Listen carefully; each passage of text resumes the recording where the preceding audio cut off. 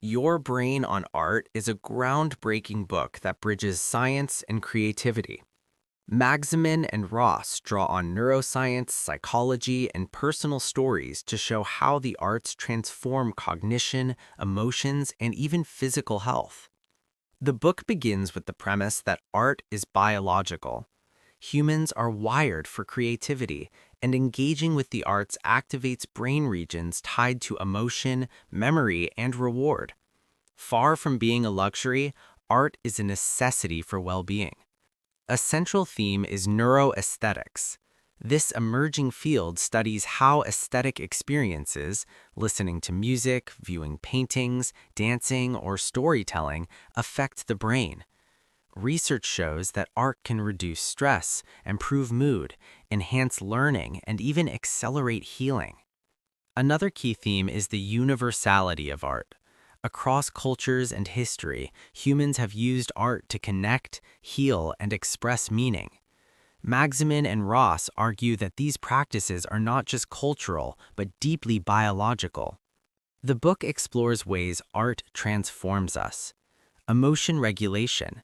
Music and visual art activate brain circuits that calm stress and elevate mood. Memory and learning. Storytelling and rhythm enhance retention and comprehension. Healing. Dance, music therapy, and creative expression aid recovery from trauma and illness.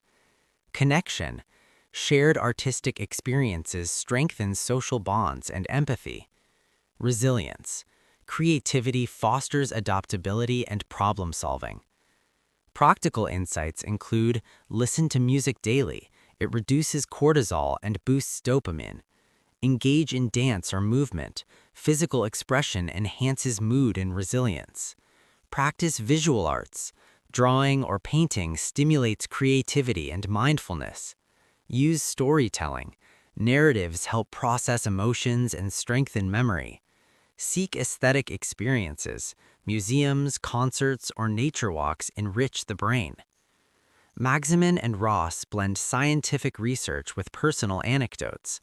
They cite studies showing how art therapy helps trauma survivors, how music improves recovery in stroke patients, and how dance enhances cognitive function in older adults. Another theme is art as medicine. The authors argue that healthcare should integrate creative practices as they provide measurable benefits for mental and physical health.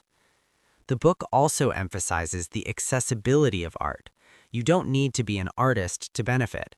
Everyday practices, singing, doodling, decorating, or listening to music, activate the brain's aesthetic systems. The book closes with a reminder: art is not optional. It is a biological imperative that shapes who we are, how we heal, and how we connect. By embracing creativity, we unlock resilience, joy, and transformation. At its core, Your Brain on Art is about integration.